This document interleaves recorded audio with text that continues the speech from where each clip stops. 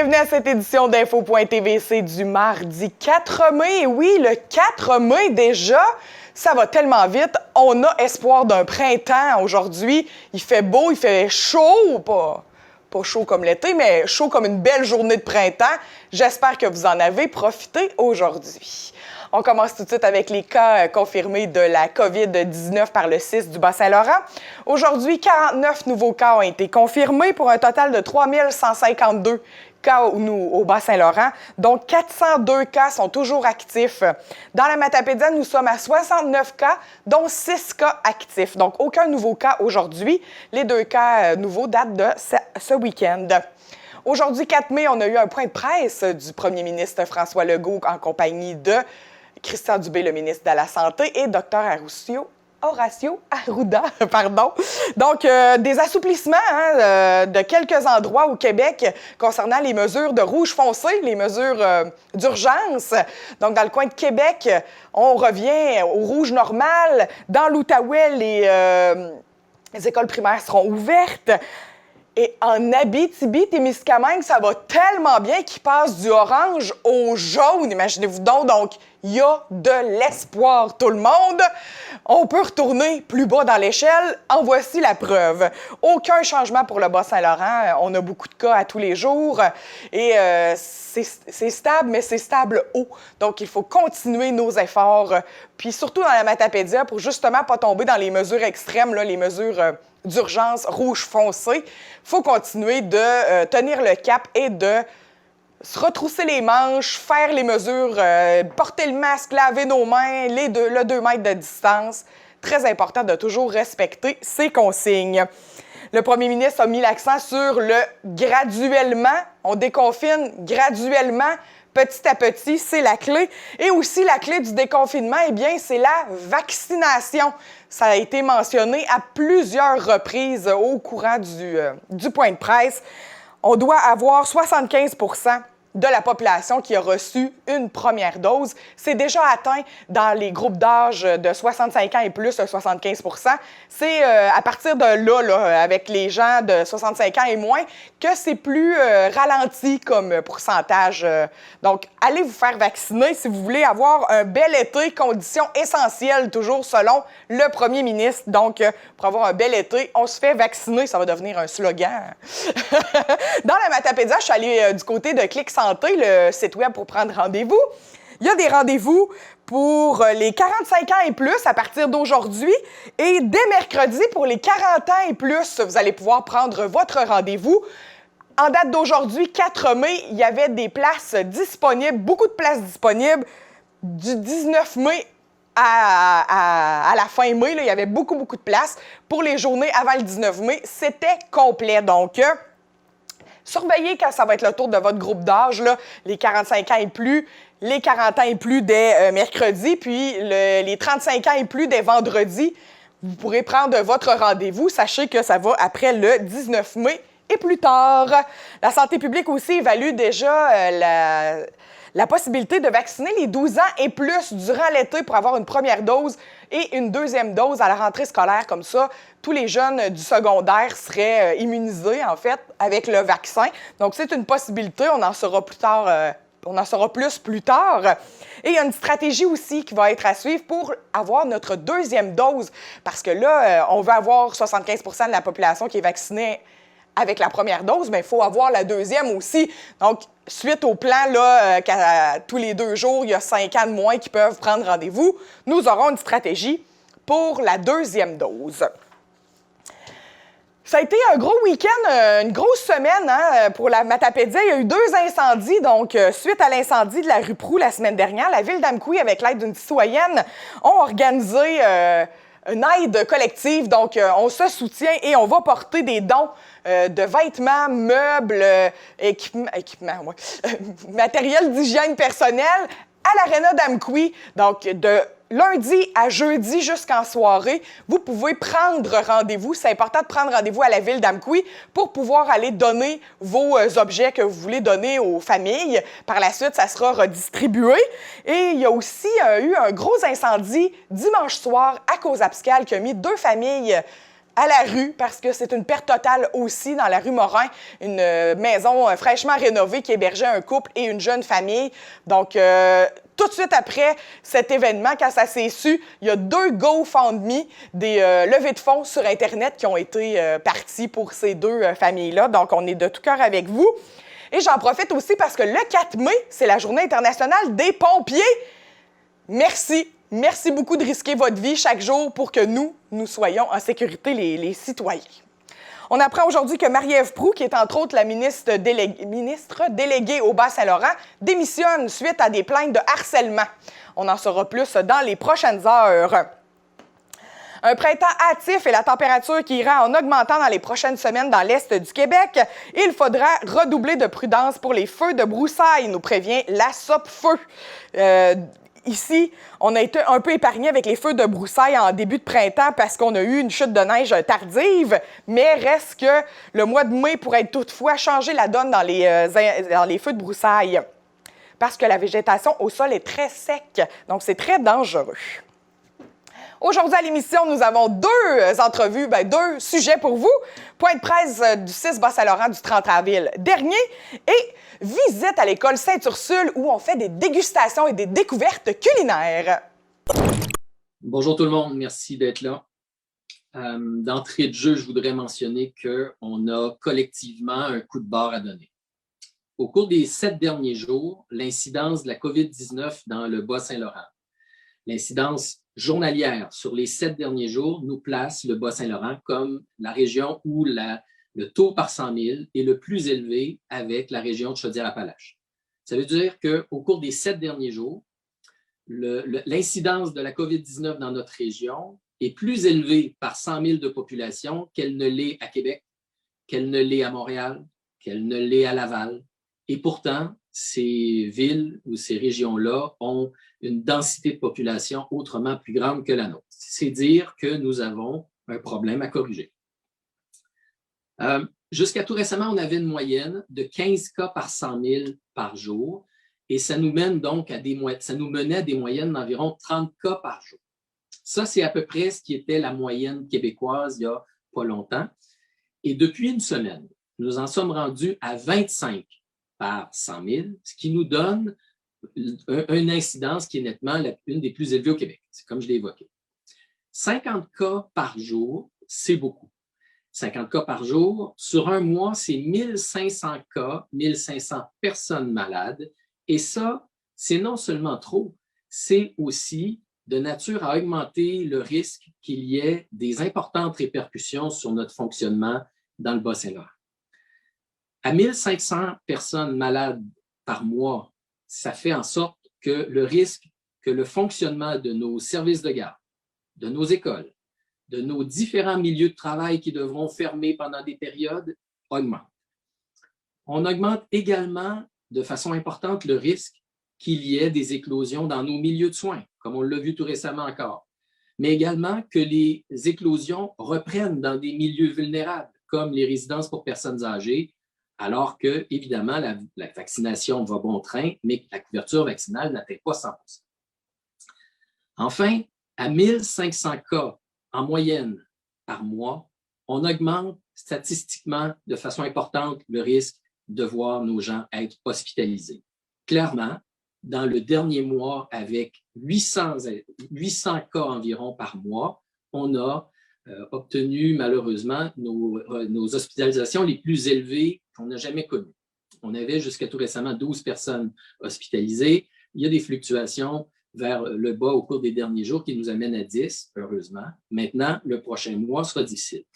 À 1500 cas par mois, ça augmente également non seulement le risque qu'on doive hospitaliser les gens davantage pour la COVID-19, mais on doit aussi vraisemblablement augmenter ce qu'on appelle notre délestage des activités hospitalières, c'est-à-dire diminuer notre capacité d'offrir des soins et particulièrement des chirurgies non électives à une partie de notre population. Et ça, évidemment, on le souhaite. Et enfin, à 1500 cas, les personnes malades par mois, ça va malheureusement occasionner certains décès. C'est pourquoi on doit corriger le tir rapidement. J'aimerais expliquer pendant 2 secondes ou 2 minutes la distinction entre les différents paliers et les mesures qui vont être appliquées. En ce moment, partout au Québec, il y a des paliers d'alerte par couleur qui sont appliqués à l'ensemble de chacune des régions. C'est donc dire que la Montérégie, la Naudière, Laurentides, des grandes régions qui ont également de longs territoires ont la même couleur et ce sont les mêmes paliers qui s'appliquent pour chacune de ces régions. C'est la même chose chez nous dans le Bas-Saint-Laurent. Le palier d'alerte jusqu'à aujourd'hui, il est à un niveau rouge pour l'ensemble de la région. Maintenant, depuis peu, quand un palier d'alerte rouge qui contient quand même un certain nombre de restrictions importantes ne nous amène pas à garder le contrôle sur nos infections, il y a des mesures d'urgence qui peuvent être ajoutées et c'est ce qui a été fait dans 3 régions du Québec avant nous. Capitale-Nationale, l'Outaouais, Chaudière-Appalaches. Et dans ces régions-là, soit que les mesures d'urgence se sont appliquées à l'ensemble de la mesure, à l'ensemble de la région, excusez-moi, donc on prend par exemple l'Outaouais, ou dans certains cas, se sont appliquées à des parties de territoire. Prenons par exemple dans la Capitale-Nationale, les mesures se sont appliquées plus spécifiquement à la ville de Québec, épargnant donc Charlevoix. Donc, ça fait en sorte que des mesures d'urgence, ce sont des mesures spéciales qui peuvent s'appliquer à des parties de territoire, contrairement aux paliers d'alerte qui s'appliquent de façon uniforme pour l'ensemble d'une région. J'espère que ces explications-là aident les gens à comprendre de ce qui nous amène aujourd'hui. Donc, on a manifestement une augmentation importante de nos cas dans une partie de notre territoire. Dans la partie ouest, toutes nos MRC ont des taux d'incidence qui sont malheureusement très élevés. Et les cas actifs par 100 000, c'est ce qui traduit l'activité des 14 derniers jours, elle est très élevée. Ce qui est venu ajouter également à notre fardeau comme région, c'est une augmentation rapide des cas dans la MRC de Rimouski-Neigette, qui est également notre MRC la plus populeuse. Une augmentation dans Rimouski avec une propagation rapide à des familles, des milieux de travail où les travailleurs ont des familles qui vont à l'école, qui vont dans des services de garde, ça donne des ramifications importantes à une infection pour lesquelles on est en train d'estimer l'ampleur de l'étendue. Jusqu'à maintenant, c'est difficile de savoir, tant pour Rimouski-Neigette que pour l'ensemble de notre territoire, jusqu'où nous aurons, combien de cas nous aurons. Dans les 3 autres régions où des mesures d'urgence ont été appliquées, on a vu une explosion des cas sur une courte période et c'est ce qui a rendu nécessaire la mise en place des mesures. Dans notre région, on a eu une explosion initiale que nous avons jugulée. Maintenant, depuis ce temps, depuis quelques semaines, on a une montée progressive de la situation, un peu comme une marée qui monte et pour laquelle on n'a aucune idée jusqu'où la marée montera. Et c'est là où, malheureusement, on a besoin de mesures supplémentaires qui viennent nous aider à reprendre le contrôle. L'objectif des mesures d'urgence qui seront appliquées à partir de minuit ce soir, c'est de réduire les opportunités que les gens ont d'avoir des contacts entre eux. Donc, ce sont des mesures qui ajoutent des restrictions, qui ont des conséquences fâcheuses sur de nombreux commerces de la région, on le comprend bien. Plusieurs personnes me disent, si on ferme des commerces non essentiels, comme par exemple, je vous prends un exemple parmi 1000, une librairie, c'est pas là où il y avait de la propagation. Vous avez sans doute raison, le nombre d'éclosions qu'on observe dans nos librairies sont pas très élevés.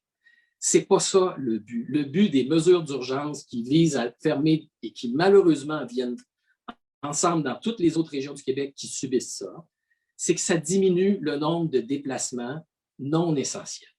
Alors, ce qu'on demande aux gens quand il y a des mesures d'urgence implantées, c'est rester à la maison, ne faire des déplacements que lorsque c'est nécessaire.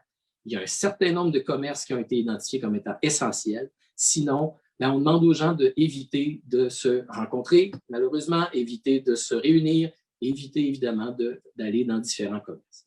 Ce sont des mesures qui s'appliquent sur une période qu'on souhaite la plus courte possible si on reprend le contrôle de cette situation. essentiellement, c'est ça le message que les mesures d'urgence sont venues porter et sont venues ajouter. J'aimerais, en terminant, remercier ceux qui respectent les mesures depuis le début, ceux qui ont l'objectif de nous aider collectivement à se sortir de cette période difficile qu'est cette pandémie dans laquelle on est depuis trop longtemps. J'aimerais remercier tous ceux qui se préoccupent du bien commun. J'aimerais remercier également tous ceux qui gardent espoir qu'on va s'en sortir collectivement. J'aimerais remercier ceux qui encouragent aussi, qui gardent le moral et qui encouragent leurs proches qui trouvent que les temps sont difficiles parfois. Merci à tout ce monde-là. On a vraiment besoin de tous. À cette majorité qui est souvent silencieuse, je dis merci. J'ai terminé en terminant en évoquant aussi le fait qu'on a une sortie de cette crise-là qui est envisageable et c'est grâce à la vaccination. Je ne veux pas mélanger les différents dossiers. La vaccination, elle progresse. Il y a eu de nombreuses annonces qui ont été faites hier. Notre situation dans le Bas-Saint-Laurent, ça progresse, ça va bien. On va avoir besoin de se faire vacciner en plus grand nombre. On a 36 % de la population qui est vaccinée. C'est un peu plus que ce qu'on observe au Québec. Mais quand on a 36 % de la population vaccinée, ça veut dire qu'il y en a 64 % qui ne le sont pas encore. Et ça veut dire que le virus a de la place pour circuler. Alors, oui, au cours du mois de mai, on aura de nombreuses plages qui sont ouvertes, on aura de nombreuses personnes qui seront vaccinées. Ça nous amène vers mai et juin avec une sortie, on l'espère, la plus rapide possible de cette situation qui est délicate. Je vous remercie.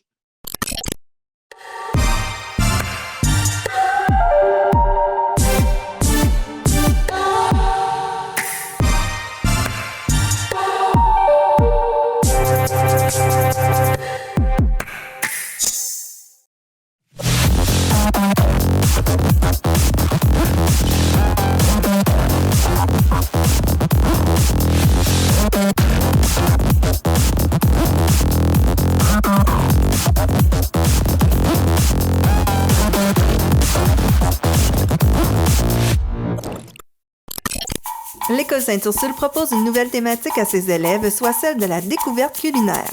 Comme l'adoption et le maintien des saines habitudes de vie sont au cœur du développement des enfants, Madame Diane, avec la collaboration de l'École Sainte-Ursule, offrira à tous ses élèves une dégustation d'aliments santé moins traditionnels dans nos assiettes matapédiennes.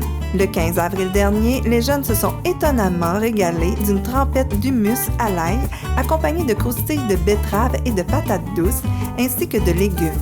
L'idée vient de Madame la directrice, Madame Valérie, qui m'est arrivée un jour à Diane, elle dit, ce serait le fun de faire une découverte culinaire pour que chaque élève déguste des nouveautés, des fruits, des légumes. Donc, j'ai trouvé l'idée quand même assez parfaite dans mon cas. Elle dit, est-ce que tu peux me trouver des idées qu'on pourrait proposer aux enfants à chaque semaine? Elle dit, on aurait la possibilité de faire ça. Je considérais que les voyages sont très restreints dans les classes et tout de ce temps-ci. Donc, pour faire profiter aux amis, on a quand même sorti des idées de dégustation qui étaient rapides à préparer. Fait qu'elle m'a donné le champ libre. On a commencé il y a 15 jours. On a eu une première dégustation qui était un hummus maison. Et en passant, c'est la première fois que j'en faisais. Il a fallu que je fasse des recherches j'ai sorti de ma zone de confort. Et à ma plus grande surprise, j'ai adoré ça. Alors, on a fait un hummus maison avec des croustilles de chips de betterave, légumes du jardin, de la patate douce. Toutes des choses que normalement, on ne mange pas régulièrement. Et suite à ça, le retour des enfants, 90% des enfants ont adoré. Surtout les chips. Hein, on s'entend. Mais ils ont découvert le hummus, ils disaient « Ah, ben c'est bon, c'est bon. » Je pensais pas que c'était bon même. Donc, pour une première fois, il y a 15 jours, on a dit « Chapeau, on a réussi notre mandat de faire la découverte culinaire. » La distribution, chaque classe est avertie que le jeudi, après la récré, à 2h moins quart, 2h, là, une personne par classe vient chercher le cabaret qui est au nom de la classe avec le nombre de dégustations par classe. Fait que quand ça va arriver, là, on vient chercher le cabaret. Fait que c'est eux-mêmes qui l'apportent. Après ça, ils ramènent le cabaret. Fait que c'est distribué dans chaque classe. Et, ça fonctionne très bien. Une tempête a privé les enfants d'un second jeudi de dégustation, puis le 29 avril dernier, les fins gourmets étaient invités à deviner quels fruits exotiques composaient le smoothie de ce jour. Aujourd'hui, on a fait un smoothies aux fruits tropicaux et exotiques. Parce que la semaine passée, on s'explique, on devait avoir une découverte, c'était comme un mélange de fruits exotiques avec granola nature. Considérant qu'il y a eu une tempête, j'ai dû changer d'idée avec les fruits. Fait qu'on a viré ça en smoothies. Donc, ça contient de l'ananas, de la papaye, de la mangue, il y a des framboises, il y a du kiwi. Exotique, tropique, on a fait un mélange de tout ça. On a ajouté un soupçon de sirop d'érable. Ça, c'est québécois, c'est pour aller ensuite. Et puis, dans certains de mes enfants, il y en a qui ont des allergies à papaye. Je les ai fait un petit smoothie framboise et banane. Faut que tout le monde goûte. Pour quel groupe, mon beau Vincent? Madame, Marie-Josée, Chouinard, ici. On est 26 personnes? Non, 24. Avec plus 2, mettons, Madame Marie-Josée. C'est quoi C'est un smoothie à base de fruits. Puis c'est à vous autres de découvrir quel fruit que j'ai mis dedans. Où est la classe? Madame Annie, où est-elle, Madame Annie? Et voilà, Madame Annie, c'est toi? Hein? Regarde les beaux petits bâtons, t'apportes ça. On les ramasse pas parce que Madame Diane a juste ça. Madame, je les roule les donner un petit peu. Fait que tu vas dire à Madame Diane si t'as aimé ça? Oui. D'accord. On tient chacun de côté. Voilà, Madame Diane. Bienvenue. Au revoir. Madame Geneviève, où est-elle? Non, c'est pas Geneviève. OK, ici. On va compter.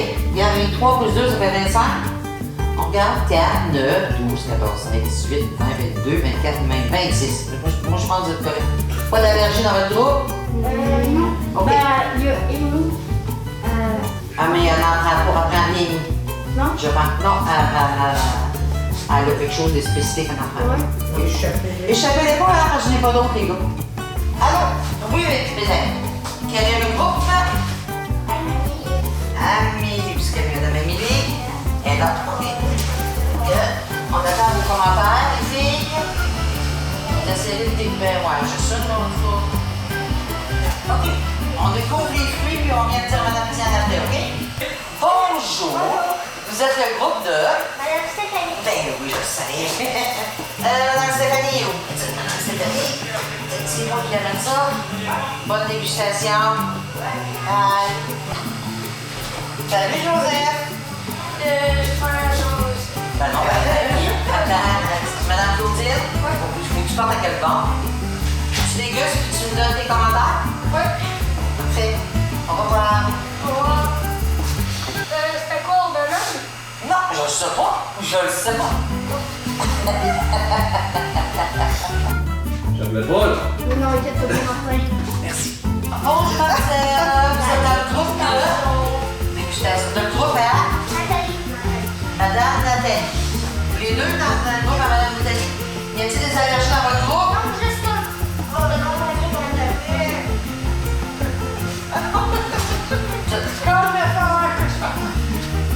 Maurice, c'est dans quel groupe? Maurice, parle-moi, ma belle. Elle est comme il faut, là. Prends-les des deux côtés. Oh oui, parce que Madame Diane n'a fait pas l'autre. Et moi? Le problème, je sais. Maurice, on fait Madame Diane a rouge raison. C'est bon. Le travail d'équipe, ça. Salut, ma choupette. Moi, je m'en voudrais pas qu'il vienne les chercher. Non, voyons donc, madame. C'est pas loin, mais ça risque de pas se rendre. Hey, je lui fais confiance pour beaucoup de choses, mais pas pour les smoothies. Diane Arbour, cuisinière de longue date qui adore les enfants, prend un malin plaisir à jouer le jeu avec eux et les interroger pour tester leurs connaissances en la matière. Puis, ça goûtait quoi? Ben, c'était bon. Quelle sorte de fruits t'as découvert là-dedans? Ouais? Banane. Banane. Ensuite de ça? Des fruits exotiques, là. Fruits de dragon? Pas ça? Ouais, on dirait, hein, mais non, j'en ai pas mis. C'est du melon d'eau. J'en ai pas mis non plus. Ça? Du melon miel, non, il n'y en a pas. Je sais plus. Il y avait de la mangue, de la papaye. Quoi? De la mangue.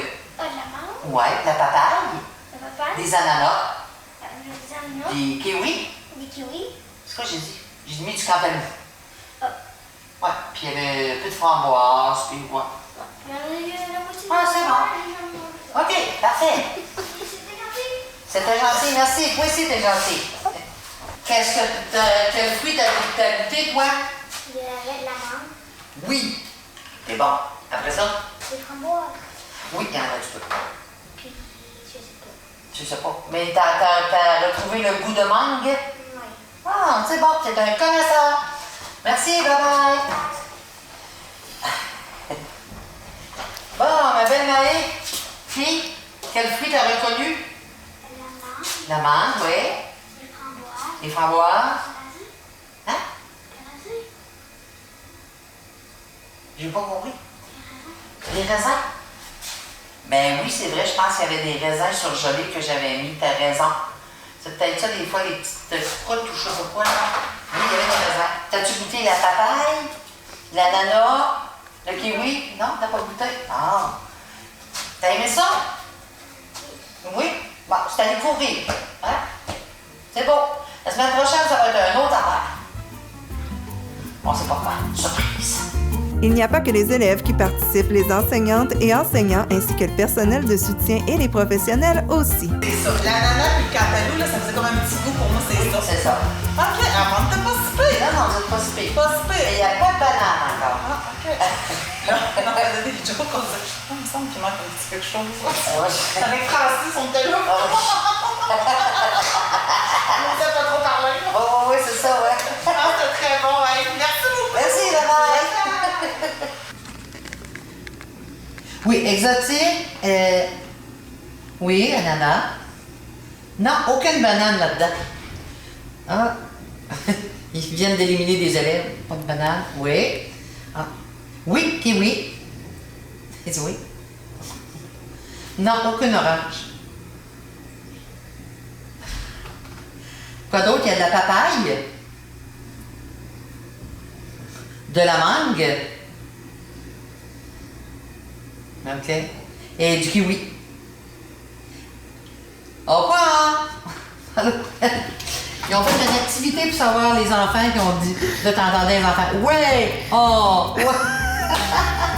On s'amuse. On s'amuse. Madame Diane a déjà une petite idée pour le jeudi suivant, mais elle réserve la surprise. Informatique Barrest est responsable de l'entretien du matériel informatique de votre TVC. Informatique Barrest, vente et réparation d'ordinateurs, services commercial et résidentiel.